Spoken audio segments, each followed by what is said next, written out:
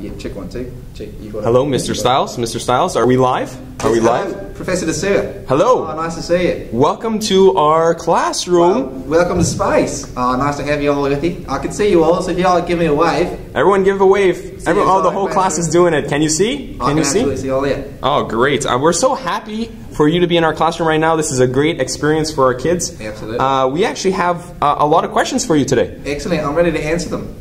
There's actually Peter. He really has a very simple question, but he really wants to know, what are you studying there in the International Space Station?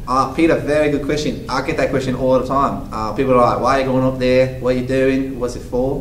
What we're doing is we're actually studying the effects, the global effects of pollution on planet Earth. So what we have is we have very advanced technology, and what it does, it can actually read what parts of the world are being most affected. And in the world we call emergency state regions. So we'll focus on those before we focus on other ones. So that's what we're doing up here. We got a better view. So interesting, so interesting. Yeah. You've seen all our student projects. We sent them up to you. Which one did you love the most, and which solutions did you love the most? By the way, I love them all equally. It's probably the PC thing to say, but I love them all equally anyway.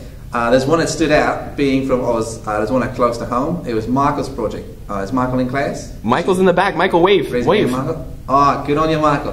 What Michael did is he spoke about the effects of waste being thrown overboard on boats and how they affect the coral reef in Australia. So Australia being one of the 7 wonders of the world, the coral reef is, it's very important for us to preserve it. And people are not aware that what they're throwing overboard on boats is actually affecting, in a big way, the biological ecosystem of our waters. So if you guys ever go boating and canoeing and kayaking, just be mindful of that. Anywhere in the world, just keep it on board and then throw it out when you get back to shore. Perfect. That is great. And there's one more question here. James has a question. Yeah, we have time for one more. How did you become an astronaut? James, very good question. I'm thinking you're probably interested in doing what I'm doing, the same field of work, which is great. We need more. We need more.